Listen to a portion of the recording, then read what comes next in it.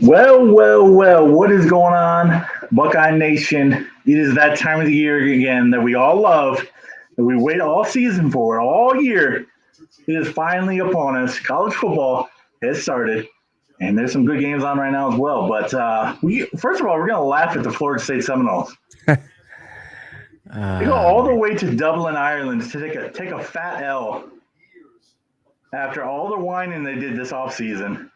They come out with that kind of performance against a Georgia Tech program that's on the rise, but not very good. Yeah, there's two teams in the state of Florida who should have beaten Georgia Tech, but they choked. That is the Miami Hurricanes, and now it is Florida State. I think it's more embarrassing. I mean, Miami's loss was embarrassing. All Mario Cristobal had to do was kneel the ball, but he chose to run it and then fumbled it, and Georgia Tech literally scored the next play. But Florida State, more embarrassing because they felt like they got snubbed from the college football playoff. They were talking about it all off season. I think they were trying to get wine. But I mean, even I think it wasn't a Marco Rubio or Ron DeSantis wrote a letter to the NCAA, and after all this, they choked in their and talking about suing the ACC. Yep, they choked in their opener. Yeah, buddy, man, it's hilarious, man. I mean, daggone, Florida State, bro. I don't know what to tell you. Yeah, but you're not big time program anymore. Yeah, I know what you meant. No so worries. I want to show you guys the setup for those who are watching. Let's check out this setup I got. It is college football is back. On the 85 I got inch the 85 inch split screen, be able to watch 4 games at once. Can't wait, man. We're having a big old bash like we do kick off every season at your place, man. Getting some good za in the building. And we're watching football from sun up to sundown. This is going to be a fun time at your crib, as it always is, man. So, yeah, it is definitely a sick setup. Absolutely, Rancidity. So, man, just real quick, we're going to touch on UGA Clemson, of course, as well. We're going to talk about Ohio State, Akron, just briefly. There's not a lot to touch on in that game. It should be somewhere from 62-3. I think Rob predicted 70-0 on Team Rivalry Show the other day. We expect high things from this Buckeye team this year, and some cool things that are happening. Archie Griffin, the only two-time Heisman Trophy winner in college football history, is dotting the I, an honor reserved for very few individuals. And, of course, the debut of Will Howard. What do you expect to see from Will Howard, Rob, in game 1? So, I mean, it's the season home opener. I mean, he's gonna have a little bit of jitters. I expect that first or second drive to, not be great, but not be bad. Again, he's gonna be nervous. He's gonna have the jitters, but then as time goes on, he is going to settle down. I mean, he even said, there's nothing like playing in front of the shoe, in front of fans in the shoe. And so I think that he'll end the game with about 350 passing yards and 3 or 4 touchdowns. That would be wild. I would love to see that. Rob. It all really depends on how Day wants to manage him, because obviously he's got a new quarterback. He's got to get experience in game in this new offense. But at the same time, how long do you let him out there when the score is 42-0 at halftime or something like that? Do you pull him at half, or do you let him keep balling? Normally what happens is the starters get like the first drive and then they just call it. So that's normally what happens from all the games that I've watched where it was about a halftime. The starters got the like 1 or 2 drives, and then they put their backups in. So I think this will be I mean, throwing the white towel at halftime type of deal, but unfortunately, there's no mercy rule, so we're gonna have to sit back and watch the beating commence even more. Oh my And gosh. I think the final score is gonna be 70-0. Oh, jeez. Another huge play for the Colorado Buffs. He just took it to the crib. Yeah, he just took it to the crib, man. We currently have the Colorado game, North Dakota State game, so we'll give you guys updates on that as we see more. But all offensive show so far in that game. Yeah, set aside Will Howard. Yeah. I'm expecting great things from the Buckeyes this first game. Yes, Sure. it's against Akron, but this is their chance to set the tone for what we're going to see for the rest of the season. I mean, they've been talked so much smack about. They have been scrutinized by other fan bases, by other players on different teams, and I just think that they're going to come out with this attitude, and it's going to be pedal to the metal, playing at 110 miles per hour, and they're going to put their foots on their opponent's throats and not let up. So I hope to see more from Jack Sawyer and JTT. Absolutely. I'm excited to see the linebacker play. I already know that the secondary BIA is back. They're definitely going to show up.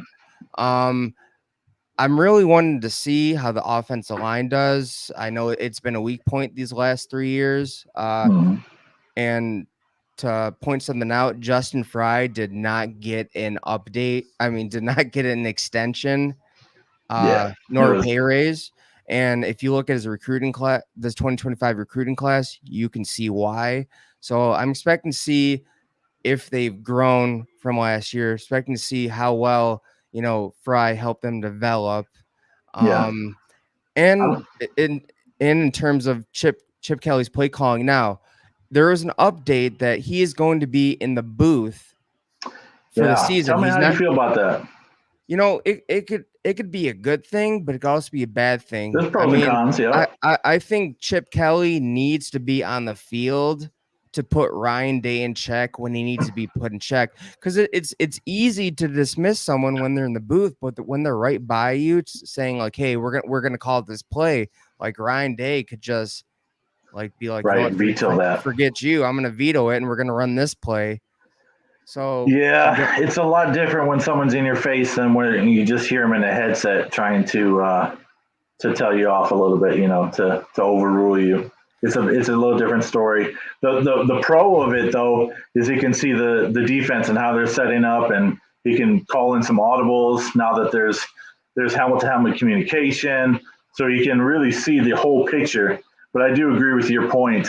I would prefer he be on the field for that reason that you mentioned. So that's just, there are pros and cons though to it. But our defense is going to be so phenomenal, man. I mean, the silver bullets are going to be flying around, and Akron had one of the worst offenses in all of FBS last season. Their returning rusher for Akron Zips had 14 yards last year. Their leading returning rusher. Man, that's absolutely astronomical. That's rough. I mean, some running backs break that just in one play, take it to the house. So here's my prediction in terms of yards, just total yards. Oh man, I think Ohio State does not give up more than 70 yards on defense. I mean, they're as bad as they are. I won't disagree. I'll give them 100 tops, and that's being generous. It's not because I think Ohio State's defense is so great, and I do.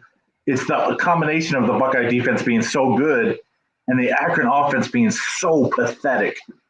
And this is a David versus Goliath, man, and David doesn't have a chance in this matchup. I mean, it's just, let's just be honest about it. Like, football-related reasons, there's not a ton of reasons to watch this game.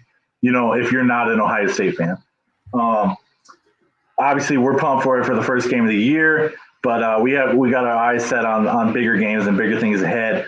But the big thing is Archie Griffin down the eye, and that's really cool. I'm excited for him to get honored. And man, he's got a statue being built outside the Horseshoe. He just got a statue outside the Rose Bowl Stadium, which he played in 4 Rose Bowls, and it's just amazing. I mean, like, it's a big couple of weeks for Archie, and he's just turned 70 this week as well. So those are some fun things to bring the fans out besides the season opener. But there's some other huge games that are on the schedule. Of course, Georgia versus Clemson is probably the marquee matchup of the weekend, if you ask me. Now, you know how I feel about the Bulldogs roster, but you also know how I feel about Clemson. And I don't think Clemson stands a chance in this game. I really don't. No, I mean, this is a chance for, Dabo Sweeney to silence all the haters saying, hey, oh, for sure, for hating them, for not doing the transfer portal, for not really playing NIL. A lot of players transferred. He didn't bother to go to the transfer portal and replace those. So I don't know how much depth there's going to be at those positions that he lost. And it just seems like ever since there's the joke that Ohio State basically killed the program. Yeah, after that phenomenal throw by Justin Fields to Chris Olave, splitting 2 defenders and basically just the most beautiful throw I've ever seen. I can watch it over and over again.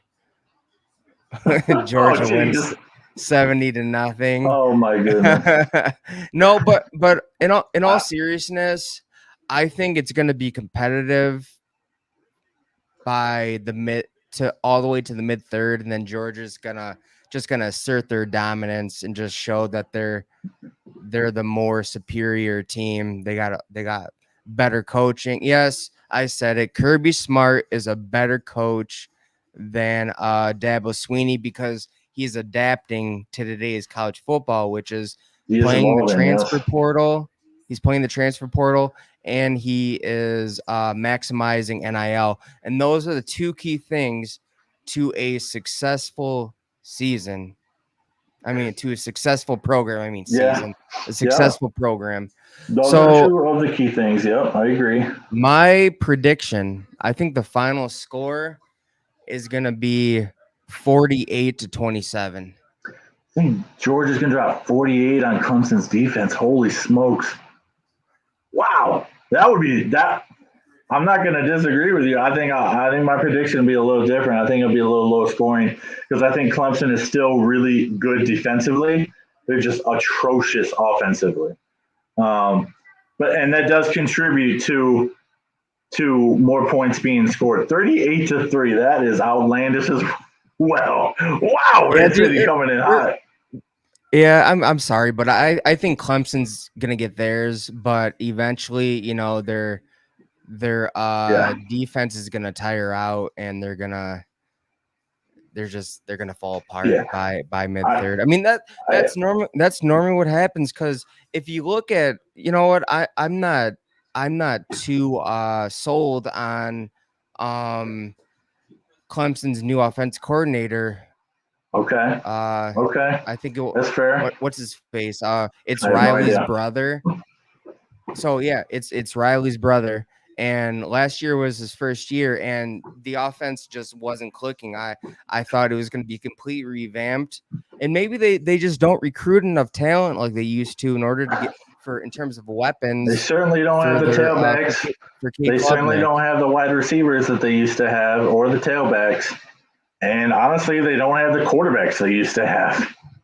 It's all gone down offensive. Garrett Riley. There you go. Yeah. Okay. Yep. Good call.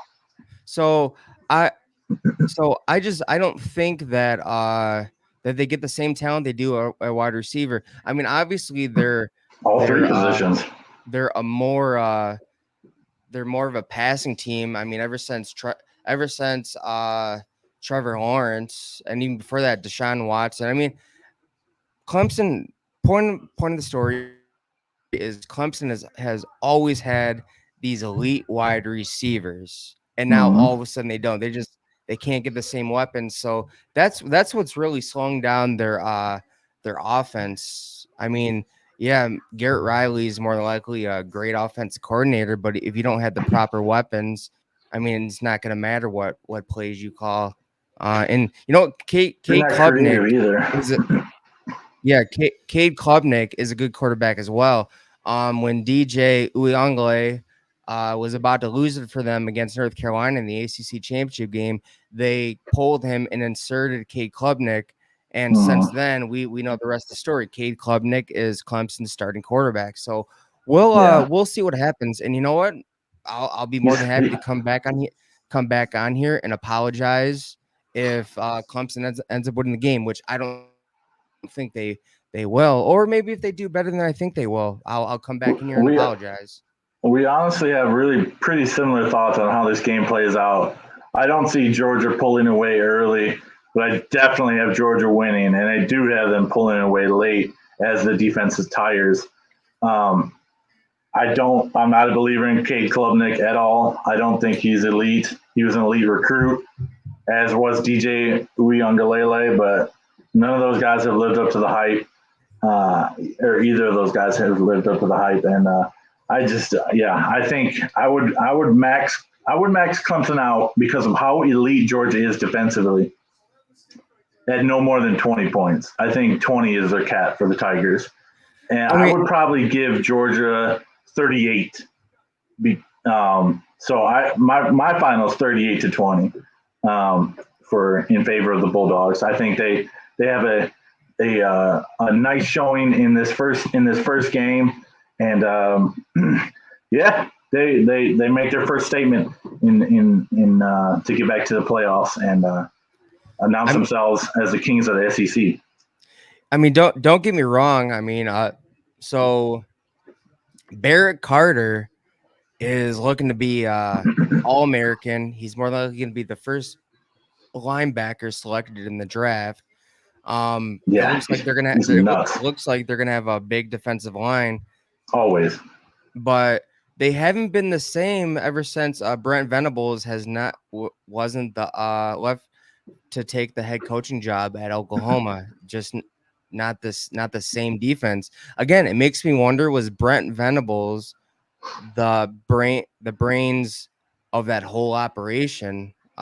Was he is Dabo Swinney actually not that good of a head coach? Was Brent Venables covering for him this whole time? I agree with you to an extent. By the way, the ref in this game is super jacked. But anyway, Clemson's defense, in my opinion, has still been very good. It hasn't been as good as when Brent Venables was there. In my estimation, it's the offense that has been the reason why Clemson has been sliding. I think I could be wrong, but I'm almost certain that their defense is still top 20 in every category the last couple seasons. And so Venables is clearly one of the best defensive minds in college football. There's no denying that. But I really think it's the offense that is going to continue to let them down. And so we'll see. We'll see how this plays out. But that's the Clemson-Georgia game. Georgia absolutely owns Florida, and it will be a beatdown even if DJ Lagway is the starter when Georgia and Florida face. Florida has no chance in this game. They have the toughest schedule in all of college football this year, and they're going to get slaughtered by the Bulldogs. Billy Napier is a fraud. He's hiding behind NIL, and he knows it. Sunbelt Billy. He's a decent recruiter, horrific game day coach. Horrific game day coach. Let's move on to a Big Ten versus SEC matchup. Now, in all honesty, I do need to do more reading up on the USC Trojans. I bought the Lindy magazine, and I haven't read through the USC section. Obviously, we know Miller Moss is the quarterback. He balled out in the bowl game, 6 touchdowns in that bowl performance versus Louisville, who I have winning the ACC championship this year, by the way. And then, of course, Zachariah Branch, a speed demon, is going to be a phenomenal weapon for Miller Moss to exploit defenses with. It's going to be fun to watch how they utilize him in the Trojan offense. Offense is never the question for a Lincoln Riley coach team. Defense is. Brian Kelly, I know you're super high on him. You're higher on him than I am, in all honesty. How just briefly, how do you see this game going in what direction? How do you see this one playing out? Man, first off, they got to deal with you know what? I take back my claim about Barrett Carter possibly being the first linebacker selected in the draft. I think it's going to be Harold Perkins Jr. They're gonna have to It's take a good care of choice. him, dude. This dude has been a monster since his freshman year. He was the number 1 overall linebacker in his recruiting class, and like I remember watching Brian Kelly's first year, and I'm just watching this guy fly around the field. I'm like he's a freshman. Yeah. There's no, but yeah, I think they're going against a first round pick. I mean, I think their defense is gonna. So their secondary isn't great. I mean, No. if you look at that Florida State game, um, what's his They face? they've fallen a long way from being DBU. Who Peter? Who's that wide receiver who was on Florida State? Keon Coleman Yeah, Keon Coleman got just absolutely mossed. Their all secondary. game. He had All like game. three or four. He had 3 to 4 touchdowns just in that game. But I think Brian Kelly, he's very offensive minded. It's obvious. I mean, the last 2 years, Jaden Daniels, Hmm. Jaden Daniels lit it up. So I think they're going to put up enough points, but I just don't think that USC USC is going to be able to make any stops. So I think Yeah. that I need to see. Oh, sorry, I cut you off. I need to see them play defense more than, and for Lincoln Riley to care about defense in the first place. Before I pick USC in a huge matchup and to win, So that's just my prerogative on the two. Now, Harold Perkins, obviously an elite defender, but not on an elite defense. And obviously, a new quarterback gets to take over in Baton Rouge, and we'll see a pretty much a new offense for the LSU Tigers, and that'll be exciting to see as well. But I have LSU winning this. We were on a roundtable discussion on Monday night on Team Rivalry. Go check that out if you haven't. A lot of people were split on this game, if I remember correctly. I think some picked USC and some picked LSU. I I think it'll be an entertaining game to watch, but I definitely have LSU winning just because of how piss poor USC is on the defensive side of football. Yeah. So they play Sunday, prime Yeah, time, come on. ABC, Yep. and we all know what happened last time when USC played prime time ABC, the only game on that time. They came out literally crawling, barking like dogs, and then they Yep. got smacked in the mouth. And that's what could happen. It really could. So I you can think see a beatdown.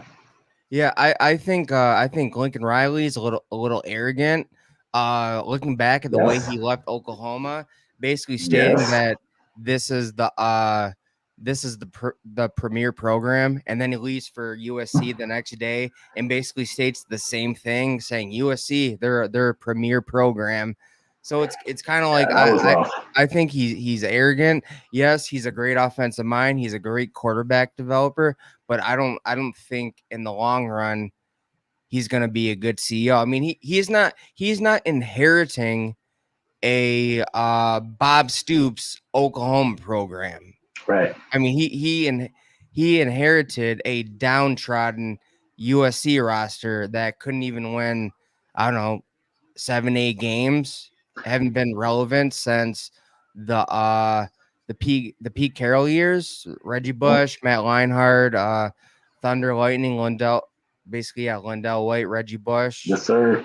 So Well, it's funny, man, because he did not leave the program gracefully. That's for sure.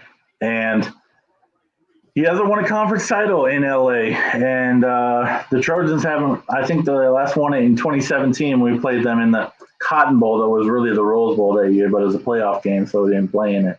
But yeah, I think it's interesting because he really burned his bridges at Oklahoma.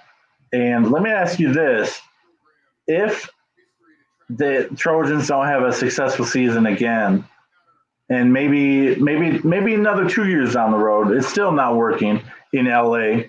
Does a big program hire Lincoln Riley, or does he have to take a step back in his coaching career?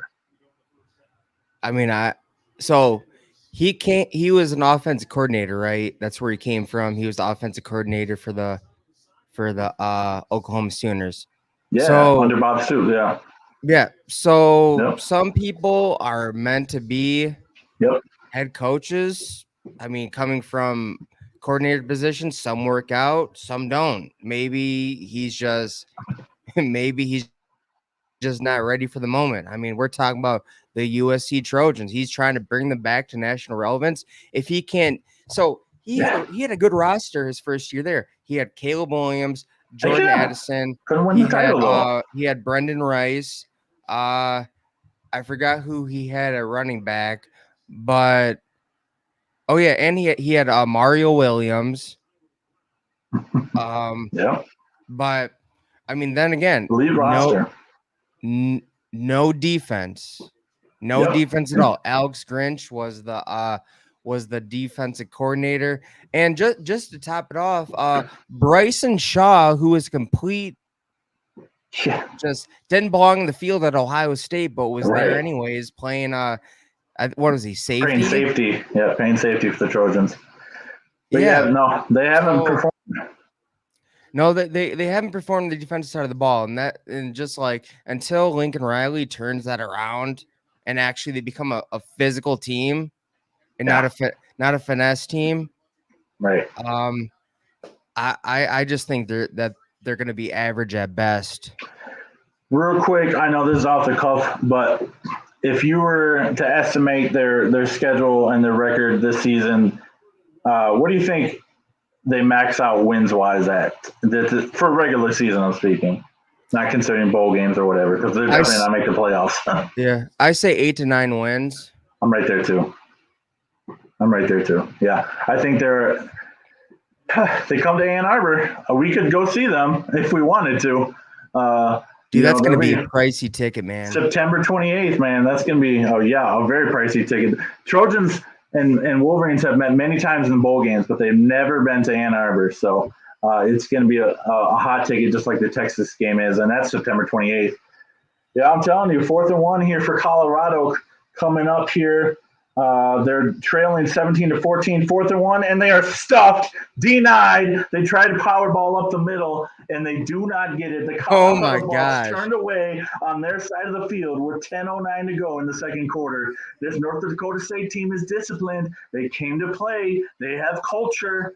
They have discipline. There's been a lot of times that North Dakota State has played upset. Remember when they upset Iowa that one year? They beat Iowa. They beat Minnesota before. Yeah. They beat other Power 5 teams. Just because they're an FCS program doesn't mean that they're a joke. So I don't think Colorado's taking this team seriously, but I bet you when they come out after halftime, they're going to be taking them seriously. Or, I mean, unless, you know what?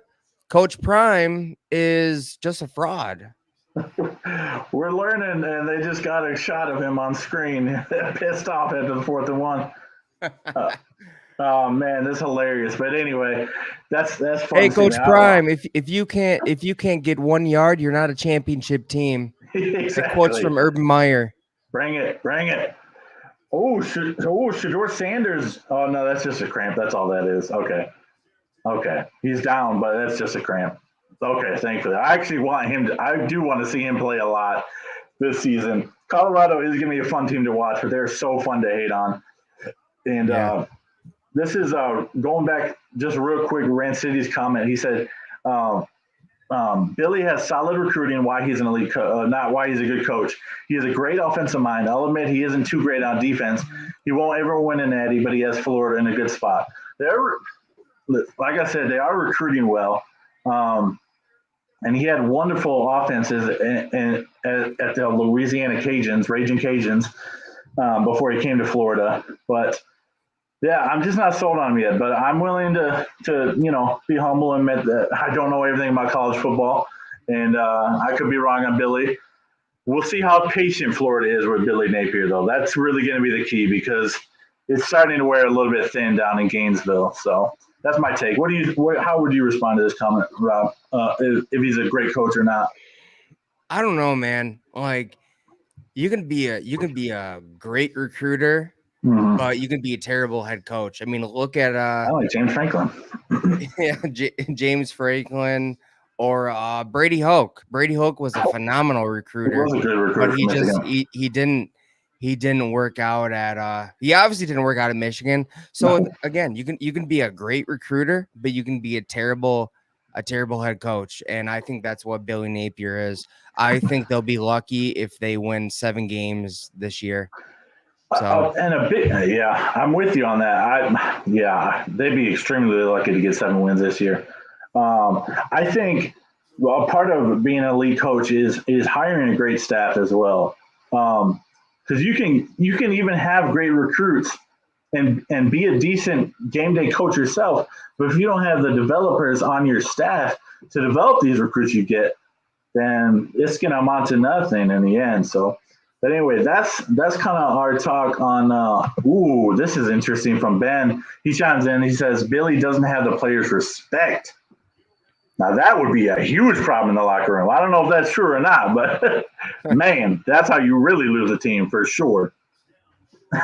Man, that's a shot from Ben Hughes coming in hot. So that's kind of the Big Ten previews, or some of the big games we wanted to talk about for the weekend. Obviously, we're already. Peter, jokes in on Florida State. What's up? To respond to that comment, so he doesn't have the players' respect.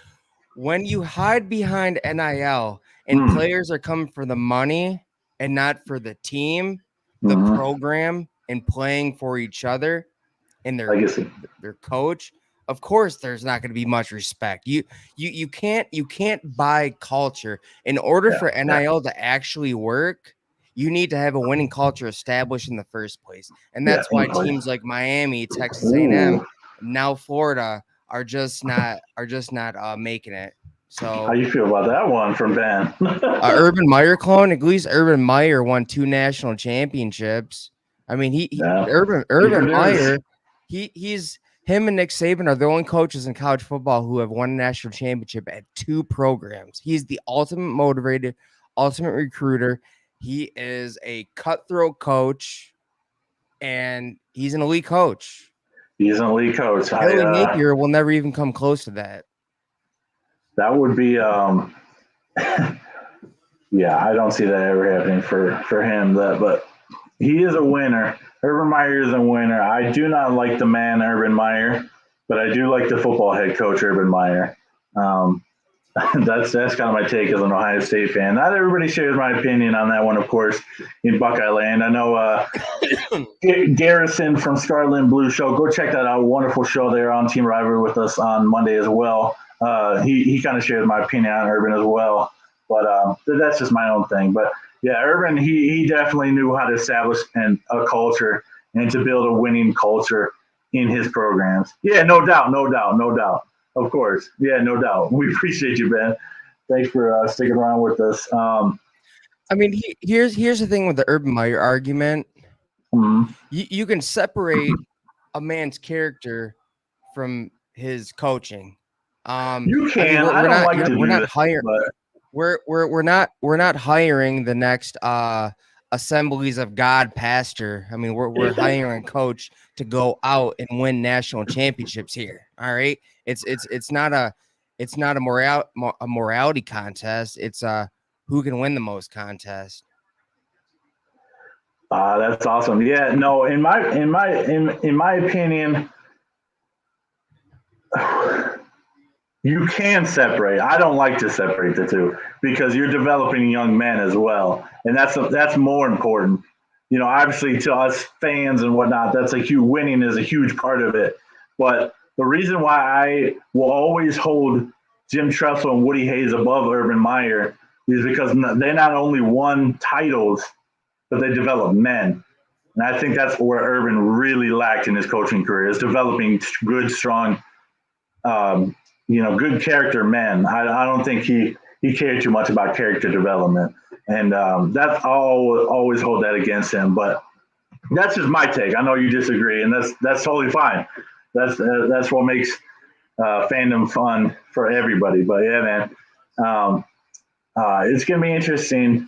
I love watching Urban on Big Noon Kickoff. He is very entertaining on Big Noon Kickoff. There's no question about that. He's really good at his role, just as Nick Saban is actually on his role in Game Day.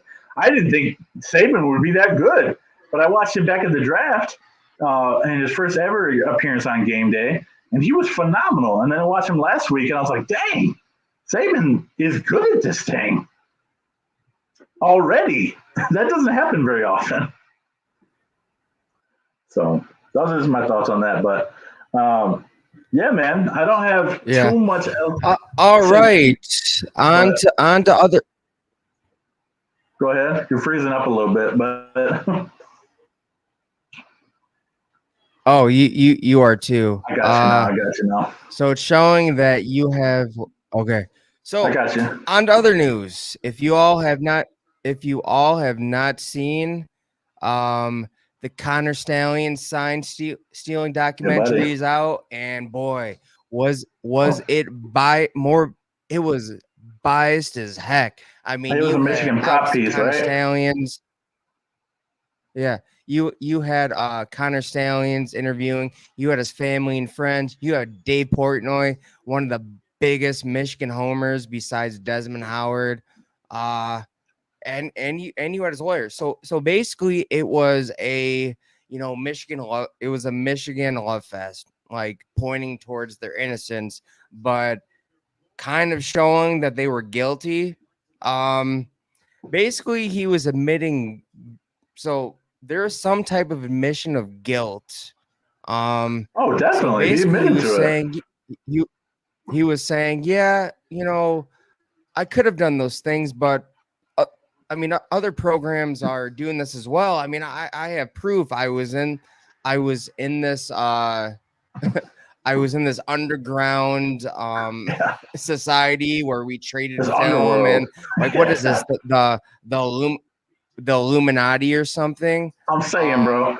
But I just think that it was just completely biased nonsense, a bunch of Michigan propaganda that was just false, and it seems like they're arrogant about it. I mean, even today they're proud of it. Arrogant about it.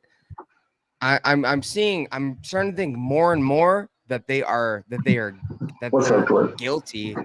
I mean, I know that we should have. I know we made a video saying we want to put this to bed and move on, but the NCAA is not letting us move on. So the more that I look into this, and I agree, it's just like these people are guilty, and the punishment could be coming, but when? Yeah, well, it's funny because the NOA got released or delivered to Michigan. And, of course, it will be 90 days that Michigan has to respond to these allegations, which will be the week of the Ohio State-Michigan game again. The NCAA proving once again that they are super petty. And I hate it and I love it at the same time because it's Michigan. I hated it when it was on the focus was on Jim Tressel and the Buckeye program. But getting back to the Stallions doc, I mean, when it was announced Connor was going to be the figure piece of this, and, of course, when Dave Portnoy was announced as one of the other figureheads of the interview sessions, I knew it was going to be heavily biased. And also, just to interject as well, the Untold series as a whole has really done a poor job of digging deep into stories. They tell the story, but they don't tell all the story. The Swamp Kings documentary didn't go nearly as deep as it needed to go. Johnny Manziel's documentary on the Untold series didn't go nearly as deep as it should have gone. I mean, they told some bad things about him, but a lot of people I read online came away thinking, wow, he's actually a better guy than I thought it was. I came away with the exact opposite. But it's just interesting how this Untold series doesn't quite dig deep enough into things that us sports fans want to know. And it was definitely a prop piece for for Michigan. But like we said all along regarding this, beat them on the field. Beat them on the field. Yeah. So one thing, you mentioned Dave Portnoy. The only thing that I feel like Dave Portnoy is good for is giving great pizza recommendations. I mean, I visited almost every stop that he's made in the Metro Detroit area. So, I mean, that's to me that's the only thing that that he's worth following for. that he's worth following for. Other than that, I think he's pompous, arrogant, he's obnoxious. I mean, remember, I think it was Ohio State Michigan week, and he was just being so obnoxious about it, saying, and especially like after Ohio State beat Michigan, Ohio State football is dead. Just like, well, sure. even the shirt he wore on the documentary, the manifesto and all that, like he was pumping him up. Like he clearly is. He's your stereotypical Michigan fan. I mean, kudos to him for putting $1 million on Michigan to beat Alabama. I mean, he came out pretty nicely with that, but he's obnoxious and arrogant about it.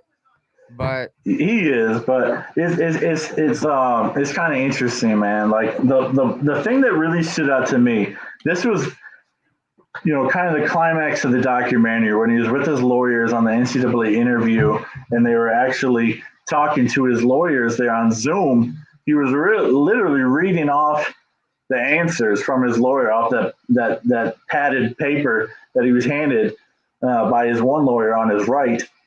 And then he was looking to both of his lawyers. How do I respond to this? How do I respond to this? How do I respond to this? It was just so obvious that everything didn't they slide him a piece of paper? Everything. Yeah, that's what I was saying. Yeah, he literally read word for word an answer on how to answer a specific question because they knew a specific question was coming. And the other admission of guilt was the Harbaugh handed him the game ball. Bro. And basically, so the other admission guilt was saying, yeah, I would send some friends and family these games, and they would just so happen to text me videos from the game, but I couldn't say that. No, don't send me this. Kind of like getting Christmas present, basically something I already have, and being a dick and saying I already have that, so I couldn't do it. So that's just like sure, Connor. I mean, you sent your people there to do exactly what you needed them to do, which is tape the games and being able to study it, see the signs, write them down, and it's pretty wild, man. I mean, why is such a low level guy? And that was it's wild that I didn't notice this before watching those Michigan games. Noticing like, who the heck is that guy standing next to Jim Harbaugh? He must be pretty important, and he ended up being really important. Well, what's even funnier, obviously nobody knew who Connor Stallions was back in 2014 during Ohio State's national championship season. That was his first game as a sign stealer. And if you remember, that game was a struggle well into the fourth quarter versus the Navy midshipmen on a national title winning Ohio State team, by the way. Yeah, by Navy. Connor had a big part of that. And we all know why. Now we all know why it. I mean, what he did then wasn't illegal. He was that dude. Let's be honest. Connor Stallions wasn't illegal. He's really smart. Right. He probably has a 140 plus IQ. Yep. I mean, he graduated probably top of his class. He went to West Point. Yeah, right? You gotta be elite academically to get in there. Yeah, you gotta be really elite to get in there academically.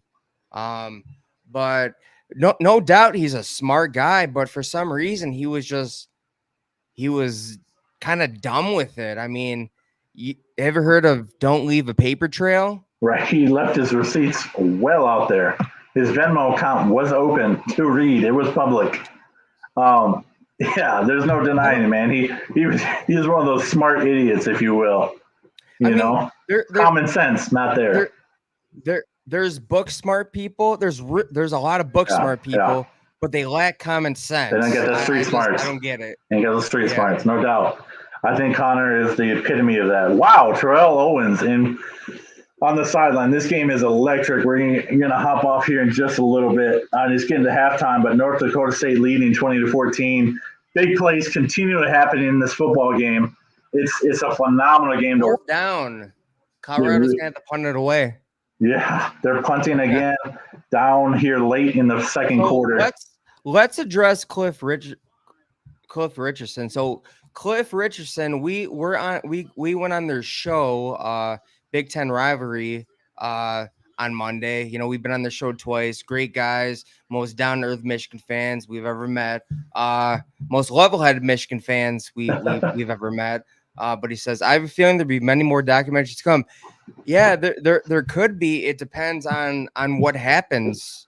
What's the aftermath of the sign stealing? They addressed the sign stealing, and we got a really biased answer, but we didn't get the answer. Right. So it depends on what the punishment's going to be. If it's going to, I mean, I'm sorry, but I'm not going to listen to an Ohio State insider saying that they're going to vacate the last 3 seasons, the national championship. Yeah, it's not happening. They're going to have a 2-year postseason ban. In order for there to be another documentary, there needs to be, so SMU got their own documentary, but for the wrong reasons. They got the death penalty. Penn State got their own documentary for the wrong reasons, because of what happened and the penalty. USC got their own documentary because of what happened and the aftermath. I mean, all resulted in their programs being irrelevant for a while in terms of competition. But we'll see what happens with the Michigan, the sign stealing scandal. There's a lot left to be told in this story, I think. And this story isn't going away because that Michigan most likely will use all of those 90 days. They're going to delay it as long as possible to try not to strike from this football season itself in 2024. But I certainly would expect Sharon Moore to be suspended probably for a game in probably 2025. Maybe the opener there, just like Kirk Ferentz for this year. So that's crazy though, because he's considered a repeat offender. You can get fired for that. You know, it's just it makes me sick that coaches have been punished more for less. If you lie to NCAA investigators over and over again, if they have you for a non-compliance culture within your program, I think there should be dire consequences for that. Like, you're not really sending a message to other teams who may do this. Yeah. If you give Michigan a light penalty for being non-compliant, what do you think other programs are going to do? You know, you need to hand down a swift punishment to keep other programs in check. Yeah. I mean, I'm not trying to say that because I'm an Ohio State fan, but you know what? Jim Tressel made a mistake. He lied to NCAA investigators because you know what? He wanted to protect his players, and it ended up costing him in the end. But I mean, that's the thing. If you lie to an NCAA investigator, especially something like this, I mean, not only that, but Sharon Moore, he deleted text messages. That's pretty much getting in the way of the investigation. Like, and the funny thing is, he's like, I wish they would release those text messages. It's just like, if you had nothing to hide, then why did you delete them? Yeah, exactly. Clearly, you didn't want anybody to see them, so you deleted them, and now you want them. You want them released. I'm sorry, but I'm calling this man's bluff right now. Well, the other thing I want to mention on this, you're totally right on that one for sure. But if Connor, claimed there's this big underworld that everybody calls each other on Sundays, you mentioned that, and if that is true, then show your receipts. Tell us who in the Ohio State program does it. Tell us who in the Michigan State program does this. Tell us. If you talk every Sunday night and you want to prove that everybody does this, then I want to see some receipts, because I don't believe everybody does this. I don't. He's making it sound like he's in the Illuminati or something. I mean, some crazy. underground secret society where we trade signs, and I just like, no, dude, I'm not. We get I'm not together on buying it. Reddit. And the other funny thing is, he said, no, he said, yeah, I've been to a lot of games in the past, but it's your receipt clearly has tickets bought 2021, 2022, 2023. Yeah. Nothing. They didn't pull up any receipts prior. They're going to the bundle of games that you went to during that time period to steal signs. It's kind of ridiculous, man. It makes me a little irate too, but I knew what this documentary was going to be. And I knew it wasn't going to be this all tell-all, like telling on himself. Obviously, he loved Michigan too much. He was at the Ohio State game, dapping up Mike Barrett, so he must have been really close to the field, by the way, in that game.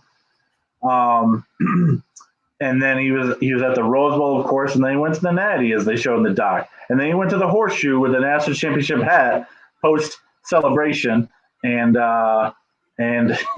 took a picture in front of the Horseshoe just to rub it in Ohio State fans even more. So, I mean, I knew he wasn't going to tell on Michigan and tell on the program. It's just how it was, and it's just how these untold series are.